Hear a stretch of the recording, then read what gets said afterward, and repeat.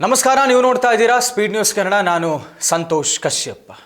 ರಾಜ್ಯ ಕಾಂಗ್ರೆಸ್ ಪಾಳೆಯದಲ್ಲಿ ಈಗ resort politics ಶುರುವಾಗಿದೆ.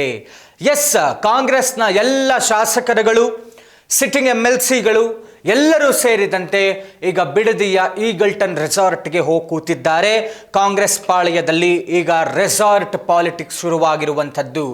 ಜೂನ್ 18ಕ್ಕೆ ನಡೀತಾ ಇರುವಂತಹ MLC ಎಲೆಕ್ಷನ್ಸ್, ವಿಧಾನ ಪರಿಷತ್ ಚುನಾವಣೆಯಲ್ಲಿ ಅಡ್ಡ ಮತದಾನದ ಭೀತಿ ಕಾಂಗ್ರೆಸ್ಗೆ ಇರುವುದರಿಂದ, ಕುದುರೆ ವ್ಯಾಪಾರದ ಭೀತಿ ಕಾಂಗ್ರೆಸ್ಗೆ ಇರುವುದರಿಂದ ಎಲ್ಲರನ್ನ ಒಟ್ಟಿಗೆ ಸೇರಿಸಿ ಅವರುಗಳಿಗೆ ತಿಳಿ ಹೇಳುವಂತಹ ಕೆಲಸವನ್ನ, ಎಚ್ಚರಿಸುವಂತಹ ಕೆಲಸವನ್ನ ಮಾಡೋದಕ್ಕೆ ನಿನ್ನೆಯಿಂದ ಕಾಂಗ್ರೆಸ್ನಲ್ಲಿ ರೆಸಾರ್ಟ್ ಪಾಲಿಟಿಕ್ಸ್ ಶುರುವಾಗಿದೆ.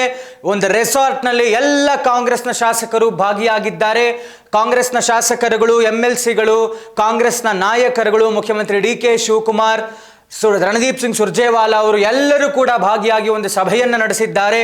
ಸಭೆಯಲ್ಲಿ ಯಾವ ರೀತಿಯಾದಂಥ ಮತದಾನವನ್ನು ಮಾಡಬೇಕು, ಅಡ್ಡ ಮತದಾನ ಮಾಡಬಾರದು, JDSನಿಂದ ಕುದುರೆ ವ್ಯಾಪಾರ ಆಗತ್ತೆ ಅನ್ನುವಂಥ ಎಚ್ಚರಿಕೆಯನ್ನು ಖುದ್ದು ಮುಖ್ಯಮಂತ್ರಿ DK ಶಿವಕುಮಾರ್ ಆ ಒಂದು ಸಭೆಯಲ್ಲಿ ಭಾಗಿಯಾಗಿದ್ದಂತಹ ರೆಸಾರ್ಟ್ನಲ್ಲಿದ್ದಂತಹ ಎಲ್ಲ ಕಾಂಗ್ರೆಸ್ ಶಾಸಕರುಗಳಿಗೆ, MLCಗಳಿಗೆ ಹೇಳುವಂತಹ ಕೆಲಸವನ್ನು ಮಾಡಿದ್ದಾರೆ. ಅಂದರೆ ಇವರಿಗೆ ಭೀತಿ ಇರುವಂಥದ್ದು ಕ್ರಾಸ್ ವೋಟಿಂಗ್ ಆಗಿಬಿಟ್ರೆ ನಮ್ಮವ್ರಿಗೆಲ್ಲ 7 ಸ್ಥಾನಗಳ ಪೈಕಿ ಇರುವಂಥದ್ದು 7 ಸ್ಥಾನಗಳಿಗೆ ಈಗ ಎಲೆಕ್ಷನ್ಸ್ ಆಗ್ತಾ ಇರುವಂಥದ್ದು, MLC ಎಲೆಕ್ಷನ್ಸ್.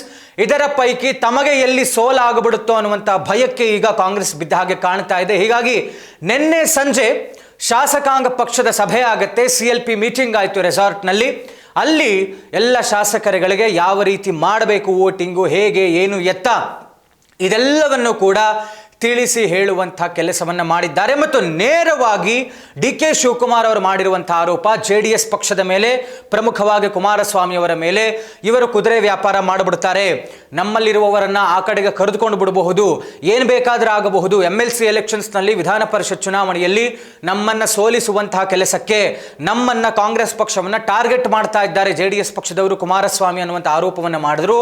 ಈ ಆರೋಪಕ್ಕೆ ಸಂಬಂಧಪಟ್ಟಂತೆ ಕೇಂದ್ರ ಸಚಿವ ಕುಮಾರಸ್ವಾಮಿ ಅವರು ಹೇಳಿಕೆಯನ್ನು ಕೊಟ್ಟಿದ್ದಾರೆ, ರಿಯಾಕ್ಷನ್ ಕೊಟ್ಟಿದ್ದಾರೆ. ಏನಂತ ಹೇಳಿದ್ರೆ, ಕಾಂಗ್ರೆಸ್ನವರದ್ದೇ ಸರ್ಕಾರ, ಅವರದ್ದೇ ನಡೀತಾ ಇದೆ, ಅವರ ಹತ್ರ ಮ್ಯಾನ್ ಪವರ್ ಇದೆ, ಮಸಲ್ ಪವರ್ ಇದೆ, ಮನಿ ಪವರ್ ಇದೆ, ಎಲ್ಲವೂ ಅವರ ಹತ್ರ ಇದೆ, ನಾವ್ಯಾಕಪ್ಪ ಕುದುರೆ ವ್ಯಾಪಾರ ಮಾಡೋಣ ಅನ್ನುವಂಥ ಮಾತನ್ನ ಕುಮಾರಸ್ವಾಮಿ ಅವರು ಕೇಳಿದ್ದಾರೆ.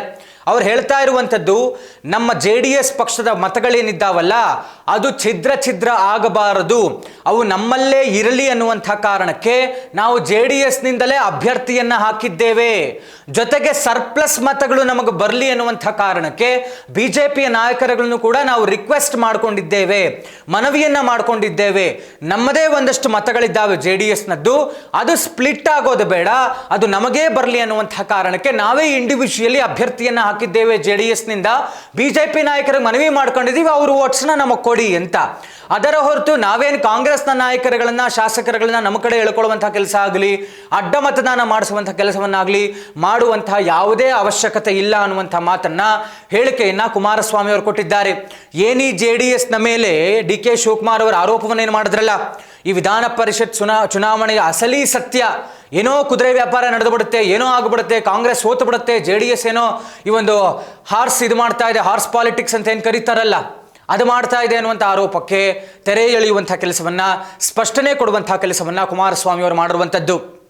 ಹೀಗಾಗಿ ಇದಕ್ಕೆ ಕ್ಲಾರಿಟಿ ಕೊಟ್ಟಂತ ನಂತರದಲ್ಲಿ ಈಗ ಏನೆಲ್ಲರನ್ನೂ ಒಟ್ಟಾಗಿಸ್ಕೊಂಡಿದ್ದಾರಲ್ಲ ಕಾಂಗ್ರೆಸ್ನವರು, ಎಲ್ಲ MLAಗಳು ಮತ್ತು MLCಗಳನ್ನು, ಗೊತ್ತಿಲ್ಲ ಅವ್ರು ಏನೇ ಮಾಡಿದ್ರು ಕೂಡ ಮನಸ್ಸು ಯಾರಿಗೇನಿರುತ್ತೋ, ಯಾರವತ್ತು ಎಲೆಕ್ಷನ್ ದಿವಸ, ವೋಟಿಂಗ್ ದಿವಸ ಏನು ಬೇಕಾದ್ರೂ ಮಾಡಬಹುದೇನೋ, ಕಾಂಗ್ರೆಸ್ ಎಷ್ಟು ಸ್ಥಾನಗಳನ್ನು MLC ಎಲೆಕ್ಷನ್ಸಲ್ಲಿ ಗೆಲ್ಲುತ್ತೆ, JDS ಎಷ್ಟು ಗೆಲ್ಲುತ್ತೆ, ಏನು ಬದಲಾವಣೆಗಳು, ಏನು ಬೆಳವಣಿಗೆಗಳಾಗುತ್ತೆ ಅನ್ನುವಂಥದ್ದನ್ನು ನಾವು ಕಾದು ನೋಡಬೇಕಾಗಿದೆ.